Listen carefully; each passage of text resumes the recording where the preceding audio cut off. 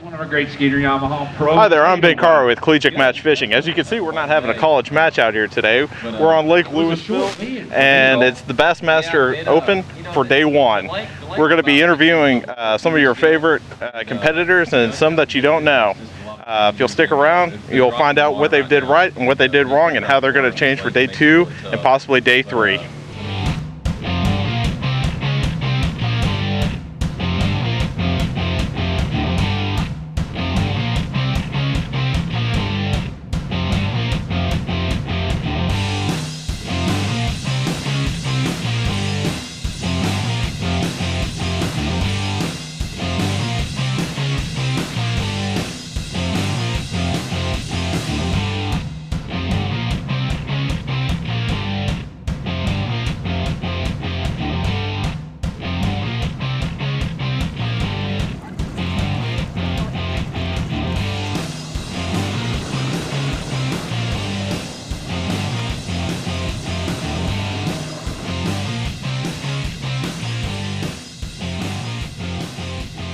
We're over here with Kevin Short, also known as KP.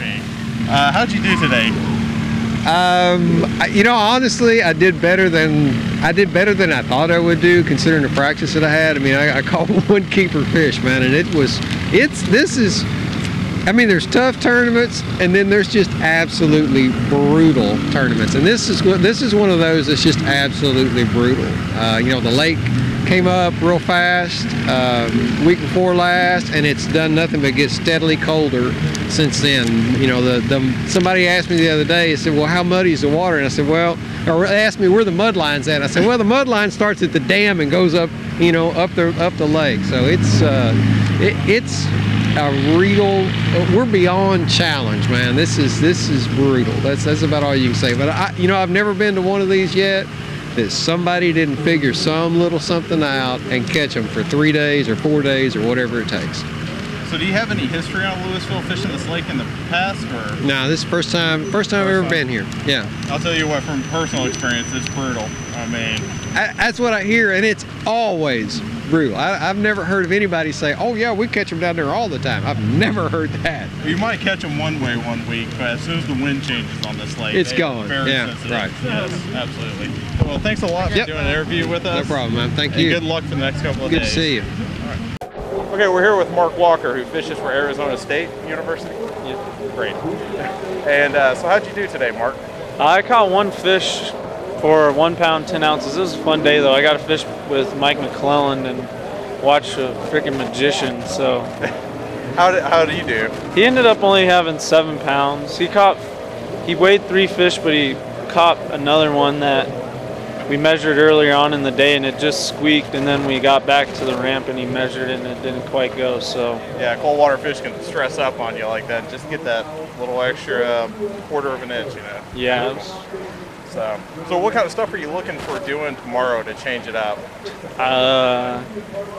Trying to catch more than one fish or a fish. I don't know, not much that I can change. It's just tough fishing as a co-angler behind the pro. I might throw the Alabama rig a little bit tomorrow. We'll see. I didn't throw it today just because I didn't feel like throwing it because everyone else was throwing it around us, so I was trying to throw something different. Okay.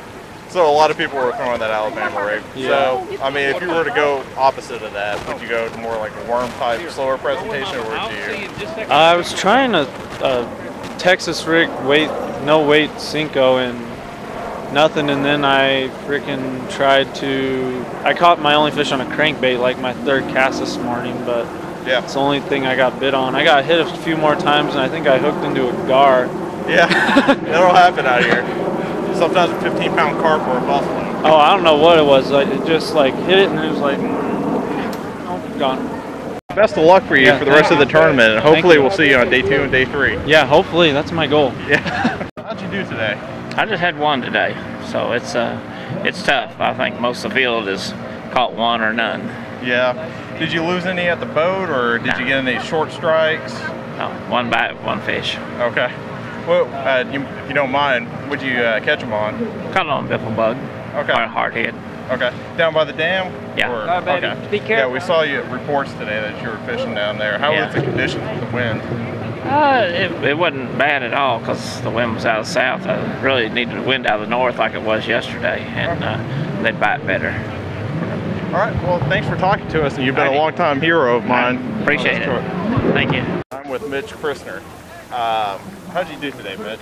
I only caught one fish. It was pretty tough out there. We were only getting a couple bites a day as it was. In practice, I caught a 4-pounder on the Alabama rig right away and figured it might be good. So I kind of put it down the rest of pre-fishing, hoping I wouldn't have to go back to that. Found a backwater. I was boat 23 out today, and by the time I got there, there was already 3 boats. And by the time I left, there was 15 boats, and the water had dropped 9 degrees, so it was burnt. Yeah. So what? I know the weather last weekend was pretty good. Were you free fishing during that time? Yeah, we came in on Thursday night of last week. Started pre-fishing Friday.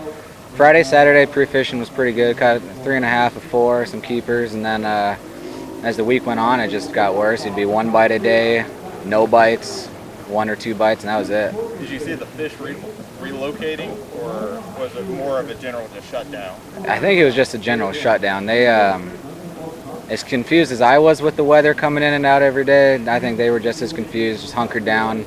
I thought it'd be one of the deals where you'd find a log and just cast to it 15, 20 times, and you know, maybe they'd eventually bite, but we tried, it didn't work, so I'm not too sure. The weather and the muddy water just really screwed them up this week. So as a former collegiate angler, do you think your experience helped you prepare for this event? Yeah, I definitely think it did. It gave me the chance to get out of Arizona and fish a lot of these southern lakes, which without the collegiate stuff I wouldn't have the opportunity to do. So going from the collegiate to this, you know, traveling isn't a big deal anymore, all the miles on the road, and then coming to new lakes and figuring out how to break them down and do all that stuff is a lot easier than if I just came from clear water and came here. I'd be like, what is this mud hole, you know? So it's a lot better. All right, well, thanks a lot, Mitch. No problem. Best of luck to you for the next couple of days. Thank you. I'm here with Josh Bertrand, and he was just the current leader not 10 seconds ago until the next guy came up behind him. But with an amazing sack today of 18 pounds. We haven't seen a sack like that come to the stage yet, so what were you doing right? You know, to be honest, I'm not really sure. I had such a tough practice. I really struggled. I had 2 to 5 bites a day through practice, and was just really thrilled with the bites I got today. I only caught 6 keepers all day. I got 1 big one early and 1 big one late, and you know, everything in between just kind of filled it out. But I had 2 big ones, and that really made the limit. So car drove real good. Absolutely, everything just worked out perfect today. Don't know what to do with my hands. All right, man. Well, thanks a lot, and congratulations. We'll see how you do tomorrow, and hopefully you'll make it to the 3rd day elimination. Especially with the 18 pounds, it shouldn't be a problem for you. Well, thanks a lot. I hope I can talk to you again. All right, man. Have a good one. We're over here with Kevin King, also known as Bertrand. We're here with Kevin.